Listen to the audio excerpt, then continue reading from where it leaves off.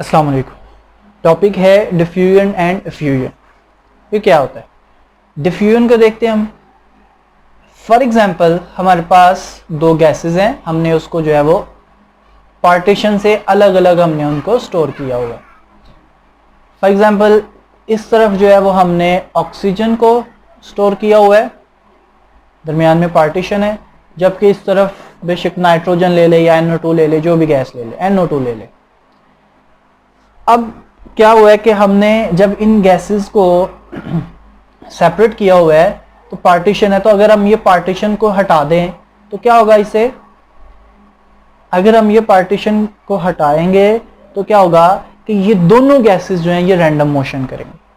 जब पार्टीशन थी तो आप एक चीज नोट करें कि ऑक्सीजन की कंसंट्रेशन इस तरफ मैक्सिमम है, जबकि ऑक्सीजन की इस तरफ कंसंट्रेशन 0 है। इस तरफ NO2 की कंसंट्रेशन मैक्सिमम है, NO2 है ना सिर्फ, और इस तरफ NO2 बिल्कुल 0 है। तो ये दो चीजें आपने देख ली। अब अगर हम पार्टीशन को हटाएं, गैस के मॉलिक्यूल्स तो जो है रैंडम मोशन करते हैं, कांस्टेंट रैंडम मोशन करते रहते हैं। तो होगा क्या कि जब ये दोनों रैंडम मोशन करेंगे तो रैंडम मोशन करने की वजह से ये मिक्सअप हो जाएंगे। मिक्सअप होने से क्या होगा कि एक होमोजीनियस मिक्सचर बन जाएगा। हम कहते हैं कि ये गैस मॉलिक्यूल्स का रैंडम मोशन करके हाई कंसंट्रेशन से लो कंसंट्रेशन की तरफ मूव करना, कि होमोजीनियस जब तक कि होमोजीनियस मिक्सचर ना बन जाए, इस मूवमेंट को हम बोलते हैं डिफ्यूजन। तो इंटरमिक्सिंग, ये हम बोलते हैं क्या? इंटरमिक्सिंग या intermixing of gas molecules by random motion to form homogeneous mixture, या आप ऐसे कह लें movement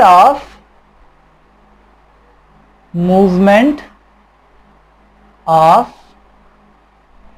gas molecules from high concentration to low concentration. अब दोनों में से किसी तरह भी इसको डिफाइन कर सकते हैं। अब अगर आप देखें तो डिफ्यूजन जो है गैसेस का किस पे डिपेंड करता है, तो फैक्टर जो है वो इसमें क्या है हमारे पास मेन फैक्टर है इसका, वो है मोलर मैस। मोलर मैस कह लें या डेंसिटी कह लें। तो मोलर मैस जो गैसेस का होता है उस पे ये डिपेंड करता है, मोलर मैस। अगर आप देखें O2 का मोलर मैस है 32, जबकि NO2 का अगर आप देखें 14 प्लस ये हो जाएगा 32, तो इसको आप कर लें 46। इसका है 32 जबकि इसका है 46। तो याद रखना है आपने, मोलर मैस अगर किसी का ज्यादा होगा तो उसका रेट ऑफ डिफ्यूजन क्या होगा? कम होगा। तो आप इसका फैक्टर को इस तरह कर सकते हैं कि मोलर मैस और रेट ऑफ डिफ्यूजन एक दूसरे के इनवर्सली रिलेटेड है। रेट ऑफ डिफ्यूजन जो है वो इसके इनवर्सली, मोलर मैस अगर ज्यादा है, इसका ज्यादा मोलर मैस है तो इसका रेट कम होगा, जबकि इसका molar mass as compared to this NO2 O2 का कम है, तो अगर मोलर मैस कम है तो रेट ऑफ डिफ्यूजन क्या होगा? ज्यादा होगा। नेक्स्ट हम बात करते हैं एफ्यूजन की। तो एफ्यूजन जो है वो भी इसी तरह, जैसे हमने यहाँ पे कहा है कि गैस मॉलिक्यूल जो है ना वो मूव करते हैं, तो इसमें भी कुछ उसी तरह का देखेंगे हम। अब इसमें थोड़ा सा फर्क ये है कि हम एक गैस लेते हैं, गैस एक कंटेनर में फिल है, इस कंटेनर में कोई टाइनी होल हो, बारीक सा सुराख, टाइनी होल। अब ये गैस मॉलिक्यूल क्योंकि रैंडम मोशन कर रहे हैं, मूवमेंट करते रहते हैं, कुछ मॉलिक्यूल जो है वो 1 बाय 1, क्योंकि इस तरफ प्रेशर ज्यादा इस तरफ कम है, तो इस प्रेशर की वजह से, डिफरेंस की वजह से गैस मॉलिक्यूल इस तरफ से इस टाइनी होल के थ्रू दूसरी तरफ चले जाएंगे, जहां पे इस गैस का प्रेशर क्या है? कम है।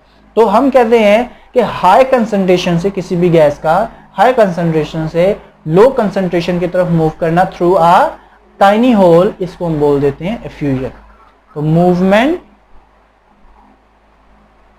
movement of gas molecules through a tiny hole from high concentration to low concentration, high concentration to low concentration। जी, तो ये है डिफ्यूजन एंड एफ्यूजन। अगर इसकी बात करें आप, तो जो एफ्यूजन है ये किस फैक्टर पे डिपेंड करता है, तो ये भी उसी तरह मोलर मास पे डिपेंड करता है। सेम वही इसका मोलर मास जो है वो रेट ऑफ